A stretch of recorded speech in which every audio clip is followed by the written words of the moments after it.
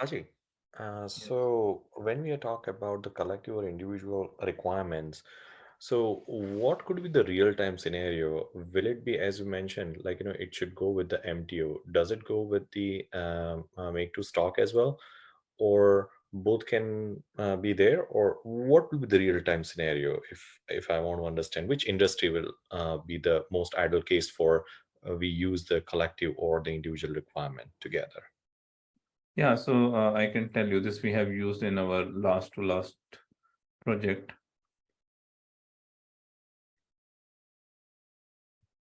So what we were doing, that was a construction scenario.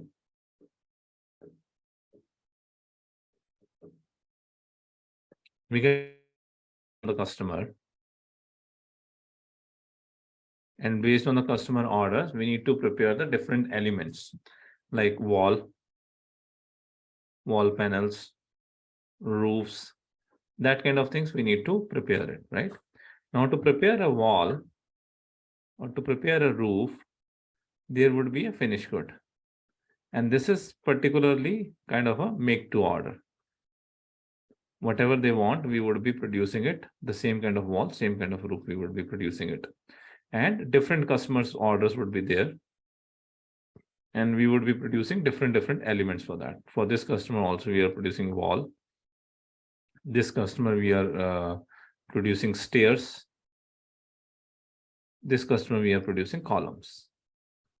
So this specific element ID would be there, which would be associated with these components, and these need to go to this specific customer only. It is produced for them. I cannot give this wall panel to this because the drawings would be different.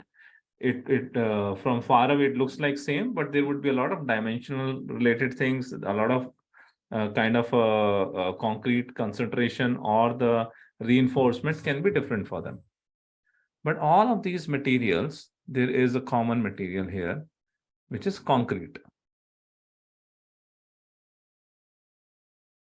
Concrete is used here also, the same concrete. I produce it and I use it multiple places,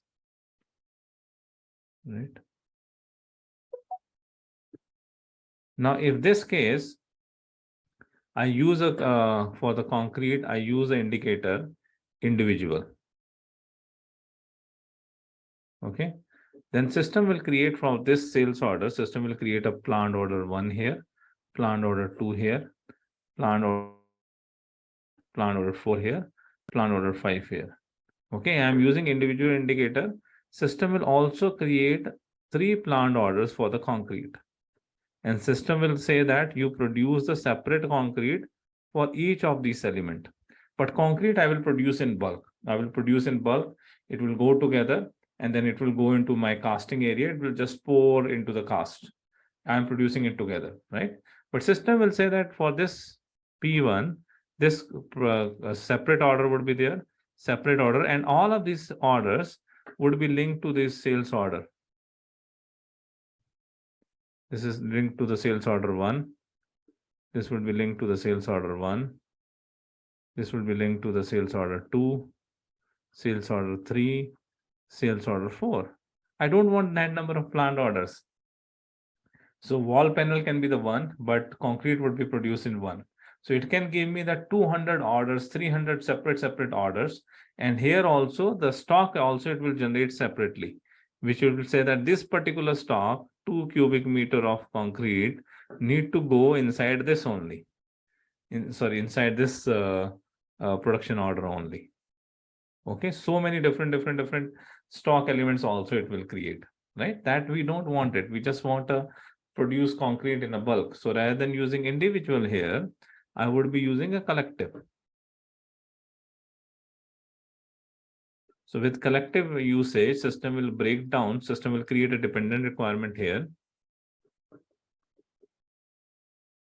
System will create a dependent requirement here, but that dependent requirement would not be specific to the sales order.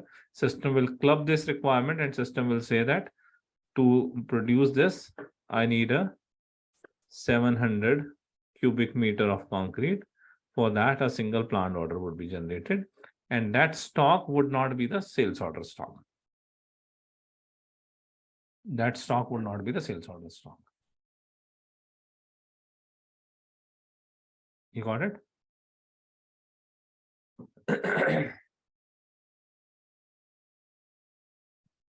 Raj, you got it? Yes, sir. Thank you. Okay. Appreciate it.